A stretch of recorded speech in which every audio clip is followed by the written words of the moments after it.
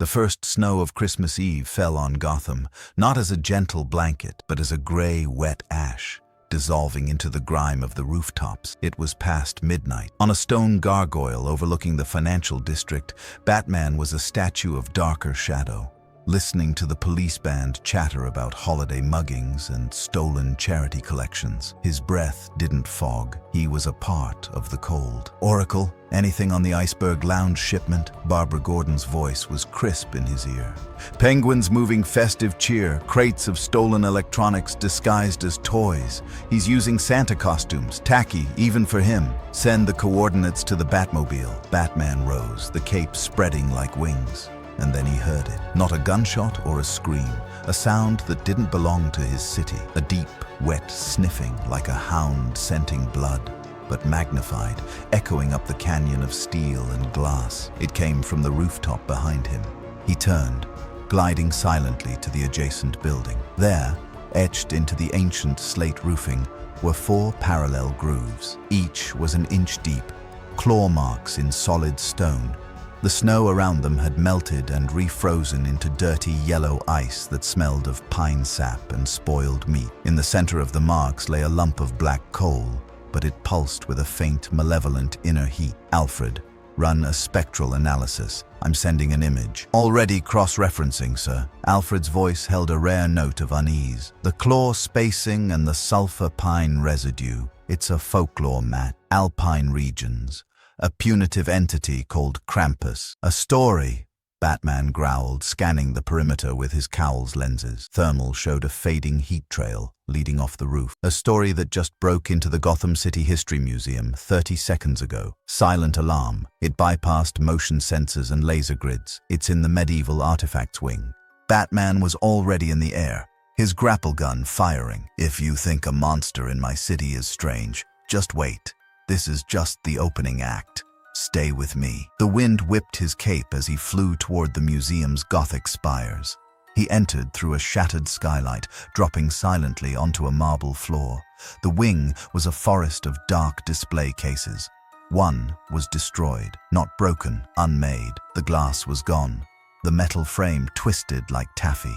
The only item missing was listed on a nearby placard. The Perchten bell, 15th century Austrian, used in winter solstice rites to ward off evil spirits. On the wall behind the case, written in a substance that glistened blackly under his light, was a message: "You are all naughty." The trail led to the Bowery, to a maze of alleys choked with frozen garbage and despair. Batman moved across the rooftops, a silent predator. Below, he saw it. Krampus was a nightmare of contradictions. 8 feet tall, a shaggy, bipedal horror with the legs of a goat, ending in cloven hooves that cracked the pavement. Its torso was matted fur, and its arms were long, ending in hands sporting black, curved claws that dripped with frozen sap. The face was a grotesque fusion of goat and demon, curled ram horns, glowing red eyes, and a lolling tongue that slapped against its chest. It dragged a massive, squirming burlap sack behind it. Its prey were 3 of Black Mask's enforcers, trying to pry open a charity donation safe. "Hurry up! This place gives me the creeps." One turned, saw the shape, and screamed, firing his pistol. The bullets thunked into the thick fur, embedding themselves harmlessly. Krampus bellowed, a sound of cracking ice and grinding rocks. It backhanded the thug into a brick wall. The other 2 ran. Krampus was faster. It caught one by the ankle, lifted him upside down, and stared into his eyes. "Liar!" it grated, its voice the sound of coal crushing in a furnace. "Thief!" It dropped the man, unconscious, and placed a lump of steaming coal into his hand. The coal seemed to sink into his skin. It turned to the last man, cowering by the dumpster. "Coward!" A clawed finger tapped the man's forehead. He instantly fell into a shivering, sobbing sleep, a second coal appearing in his grip. Batman dropped, landing between the creature and its sack. "You're not taking anyone else." Krampus turned. It sniffed the air, its red eyes narrowing. Then it grinned, revealing yellowed, peg-like teeth. "The bat, the naughtiest of all. So much fear you spread, so many rules you break." It reached into its sack and pulled out not a person, but a battered, familiar object, a batarang, bent and scarred from a fight with Killer Croc a week prior. You lose your toys. So careless. It threw the batarang, not with a toss, but with a whip crack of its wrist. The projectile screamed back at Batman, faster than he'd ever thrown it. He dodged, but it ricocheted off a fire escape and a dumpster, slicing through the edge of his cape. "Every lie told for the greater good," Krampus chanted, advancing. "Every bone you snap, every child you terrify into obedience. I do not conquer, I do not rule, I correct. I am not your enemy. I am your consequence." Batman fired a taser cartridge from his gauntlet. The electrified prongs hit the matted fur and fizzled out. Krampus laughed, a sound that shook the garbage cans. "More! The naughty children in my sack enjoy the light show." It lunged, claws sweeping for his head. Retreat was tactical, not defeat. The cave's analysis was definitive. Conventional force was useless. The creature's physiology defied biology. It absorbed kinetic energy, was immune to electricity and toxins. The coals were a psychic imprint, a physical brand of guilt. Alfred pointed him to a single, anomalous source of hope in the data, a retired toymaker's shop in the old Gotham district, a place that had 0 crime reports for 40 years, not even a broken window. The bell above the door of Nicholas's year-round wonders chimed softly. The interior was a breathtaking pocket universe of warmth. Thousands of handcrafted toys gleamed under soft lights. The air smelled of sawdust, varnish, and gingerbread.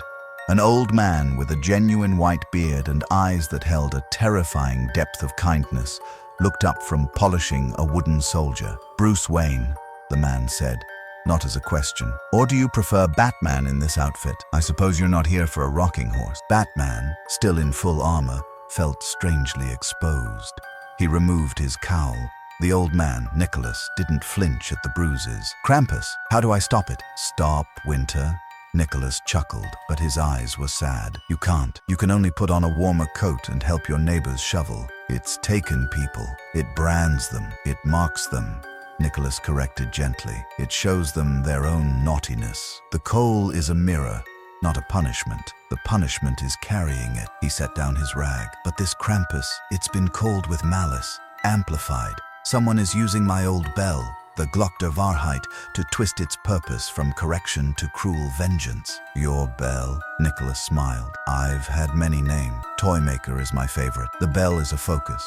It forces truth. Right now, it's forcing Krampus to see only truth's darkest shade." He stood, his old bones creaking, and led Bruce to a back wall. He pressed a knot in the wood. The wall slid open.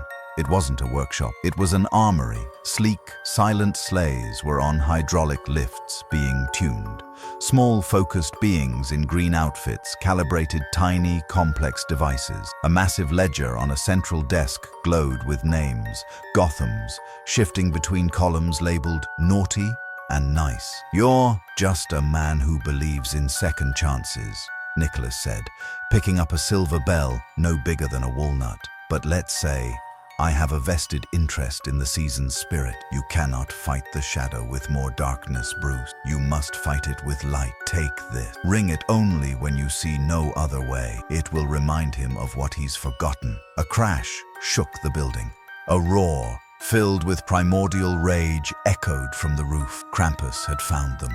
They led the fight upward, drawing it away from the shop. Krampus moved with terrifying agility, scaling the brick facades of Gotham's churches. The battle converged on the city's oldest cathedral, its stone spire a needle against the stormy sky. Krampus had reached the top, the stolen Perchton bell now tied to its horns with chains of shadow. Each time the creature roared, the bell tolled, sending out a visible, distorting wave of gray sound. Where the wave hit, truth erupted. A cop on his beat suddenly confessed to taking bribes over his radio. A billionaire in his penthouse wept, admitting to insider trading. But also, a father remembered a broken promise to his son. A wife recalled a hateful word. The city was being psychologically flayed alive. Batman grappled up the spire. Krampus swatted at him, claws screeching against stone. Batman used the environment. He severed a frozen gargoyle with a batarang, sending it crashing onto the creature's back. He launched a cryo-grenade that flash-froze its left leg to the tower. Nicholas arrived not in a sleigh, but on a camouflaged, silent snow glider. He fired harpoons made of braided candy cane, which exploded in clouds of sleeping gas peppermint. Krampus choked, swatting at the vapor. "You are weak, old man," Krampus boomed, the bell tolling again. "You cuddle them. They need the bite of the branch to learn, and you need to learn the difference between discipline and despair," Nicholas retorted, loading another harpoon. Batman saw his opening. He fired his grapple at the bell itself. The hook wrapped around the clapper. He pulled with all the motorized strength in his suit. The bell rang, but a sharp, discordant bong. A psychic feedback blast hit him. Visions assaulted him, not of his parents' death. He was numb to that. These were his choices. Letting Jason Todd become Robin, the fall of Barbara Gordon, the creation of the Brother Eye satellite, every brutal takedown, every lie to the Justice League. He saw himself not as a hero, but as a scar on the city, a well-intentioned monster breeding more monsters. He clung to the tower, gasping. Krampus loomed over him. "See? You are the truth of Gotham. Darkness, fear. I am not the invader. I am the harvester of what you have sown." Bruce saw the silver bell, still in his utility belt. He saw the desperate, hopeful face of Nicholas below. He heard the city's wails of confession. This wasn't justice. This was annihilation of the spirit. With a shout that tore his throat, he ripped the Perchton bell free from the horns and hurled it into the night. The psychic waves ceased. He looked up at Krampus, holding the tiny silver bell. "You show the truth," Batman rasped, "but not the whole truth." He rang the silver bell. The sound was pure, clear, and heartbreakingly gentle. It didn't hurt, it saddened. Krampus flinched as if struck by a memory. Its furious glow dimmed. The silver bell's tone faded into the Gotham night. Krampus stood diminished, not in size, but in fury. The red glow in its eyes softened to a weary amber. It looked at its own claws, then at the sobbing city below. "It has been so long." Its voice was now a rough, tired whisper, like wind through dead trees. "Since I heard that sound, the bell of hope, I had forgotten its shape." Nicholas landed his glider on the spire, approaching slowly. He placed a hand on the creature's shaggy forearm. "You've done your duty, old friend. For centuries, but you've listened to the angry voice for too long. The one that called you here." Krampus nodded its great head. "The bitter one. The one who hates this day." He rang the black bell. "He showed me only rot," he said. "Show them their rot." "Oracle," Batman said, his voice back to its controlled growl. "Trace the source of any signal, mystical or technological, keyed to Alpine folklore or subsonic guilt induction. Highest priority." "Already on it, Batman. Pinging off the bell's last resonance. It's leading to the Gotham Merchants Bank building, penthouse level." The penthouse belonged to Simon Stagg. The industrialist sat amidst a circle of stolen occult manuscripts, a corrupted version of the Perchton bell before him. His plan was revealed in files on his computer. Use Krampus to force corporate rivals into crippling public confessions, to collapse markets, to make a fortune from despair. Batman took him down without a sound, a shadow detaching from a shadow. Stagg was mid-incantation when a batarang shattered the dark bell and a fist knocked him cold. Dawn broke on Christmas morning. Krampus sat on the edge of the cathedral roof, overlooking the awakening city. The creature was now the size of a large man, its presence a quiet melancholy. "I cannot leave this place," it rumbled. "The balance is now here. The shadow you cast is long, Batman. It needs a counterweight. But I will be quieter. I will look for the truly naughty, not the broken." Batman nodded. "Gotham has enough monsters. It needs fewer and better ones." Nicholas prepared to leave. The bell did its work. The magic is rebalancing. "Thank you, Bruce, for remembering the light." Bruce stood alone on the gargoyle as the first true, clean snow began to fall. In the Batcave later, Alfred placed a single, perfect candy cane on the central console. "Delivery, sir." No note. On the monitor, a news ticker scrolled. "Citywide confession phenomenon ends." Mayer attributes it to holiday stress. Similar episodes reported in Bloodhaven and Keystone City. Bruce looked at the case where he'd stored the twisted, dark Perchton bell. Next to it, on a small velvet pad, sat the tiny, unassuming silver bell. The knight would always need the Batman, but perhaps on this one night, the city had received a different kind of protector, and Batman had been reminded that even the darkest reflections can be changed by a single, stubborn point of light. Subscribe for the next collision. What if the Ghostbusters had to contain the SCP Foundation? The crossover event is just beginning.